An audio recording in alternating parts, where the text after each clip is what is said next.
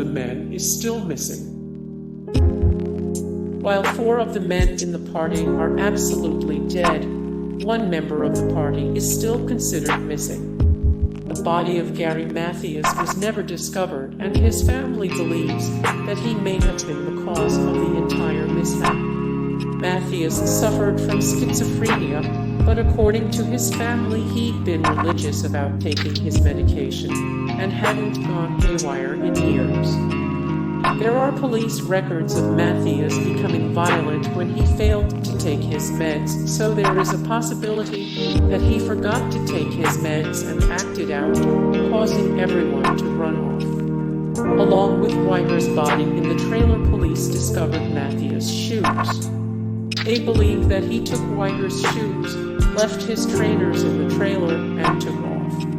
While he's still believed to be missing, many investigators believe that Mathias fell victim to the elements and was buried under the snow, where his body decomposed before it was melted by the spring weather. Joseph Shones claims to have seen something on the road. The one person who was able to shine some light on the case was a man named Joseph Shones. He was on the road at the same time as the 5 men, but managed to get his car stuck in the snow while they drove freely through the area. When Shones started to dig his car out, he suffered a mild heart attack.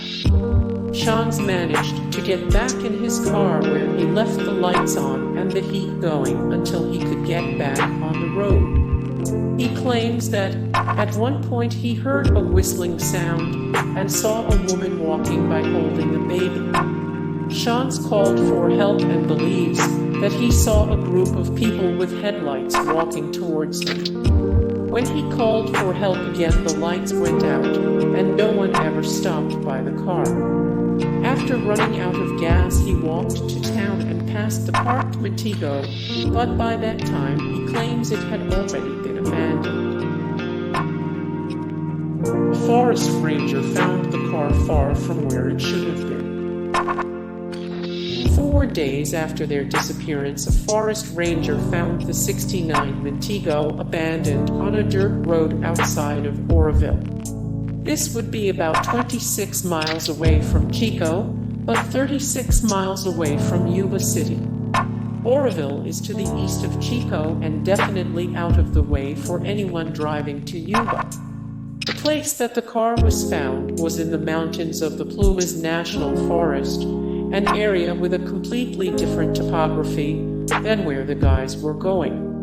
It's likely that the guys realized that they weren't close to home whenever they parked their car. Their abandoned car was absolutely fine. Upon investigation, the police discovered that the Chico wasn't okay.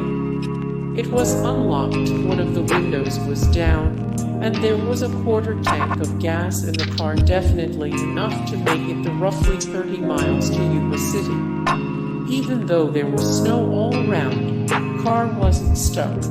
It was just parked. The only thing that was weird about its presence was that it was abandoned.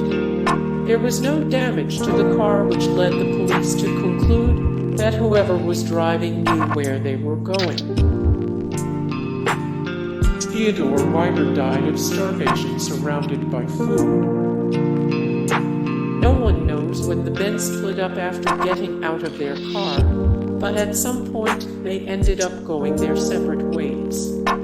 Weiher, a man who was 5'11" and 200 pounds, ended up in a trailer almost 20 miles away from the car.